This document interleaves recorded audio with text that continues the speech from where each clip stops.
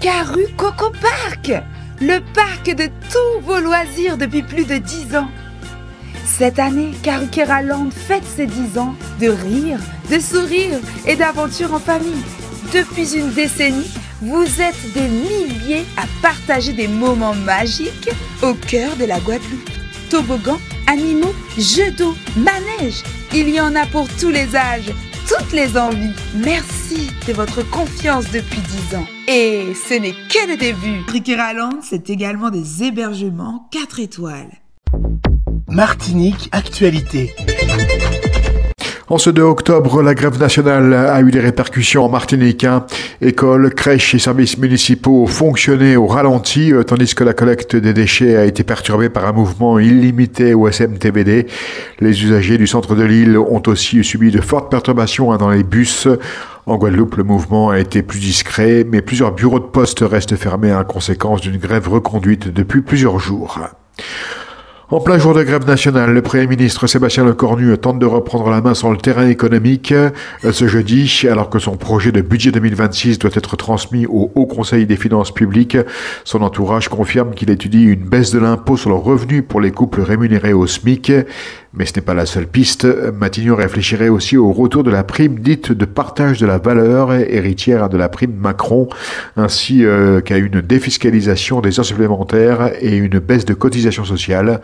Objectif affiché, redonner du pouvoir d'achat à ceux qui travaillent au salaire minimum et répondre aux inquiétudes des Français sur leur reste à vivre. Timing sensible, ces annonces interviennent alors que les syndicats réclament plus de justice sociale et fiscale et à la veille d'une série de rendez-vous politiques. Demain, Marine Le Pen, les socialistes, les communistes et les écologistes défileront tour à tour à Matignon pour négocier ou menacer d'une censure si rien ne change. Les 8 et 9 octobre prochains, les élus de Martinique se réunissent en congrès pour réfléchir à plus de compétences locales. Mais le maire de Saint-Joseph, Yann Monplaisir, boycotte la rencontre. Il juge l'initiative prématurée et déconnectée. Selon lui, la population attend d'abord des réponses concrètes, eau au robinet, transport fiable, sécurité, services publics efficaces, plutôt que des débats institutionnels. Monplaisir met en garde contre l'idée de donner davantage de pouvoir à la CTM sans contrôle réel et réclame une consultation populaire claire avant toute évolution statutaire. À Castries, capitale de Sainte-Lucie, s'est tenue la 9e commission mixte de sécurité entre l'île caribéenne et la France.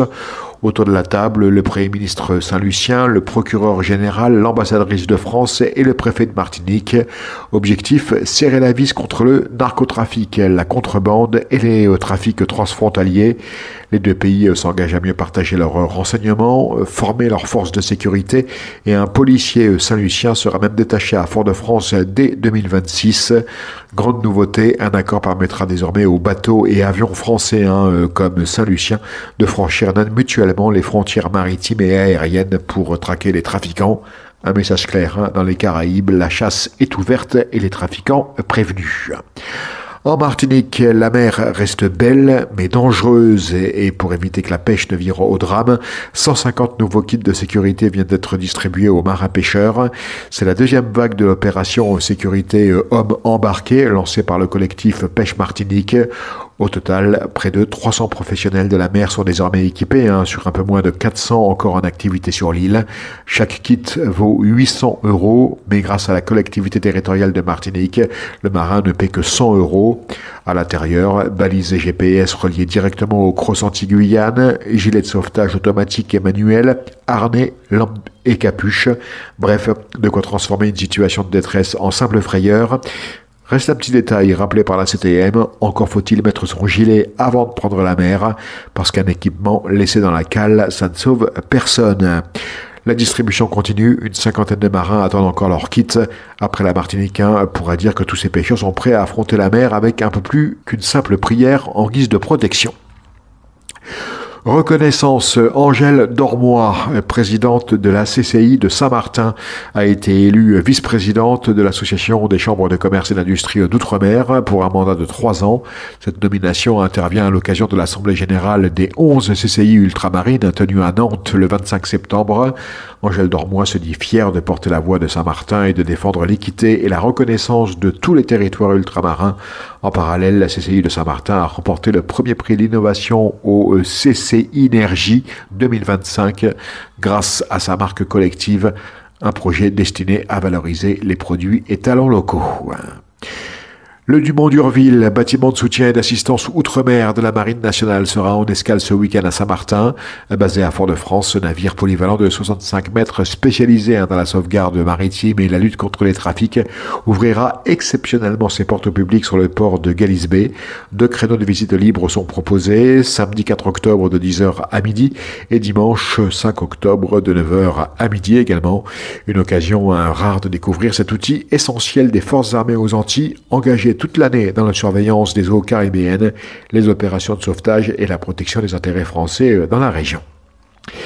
Coup dur pour l'équipe de France de football. Marcus Thuram, l'attaquant guadeloupéen de l'Inter Milan, s'est blessé à la cuisse gauche et son incertitude plane sur les prochains matchs des Bleus. Les examens passés mercredi ont révélé un problème musculaire au biceps fémoral.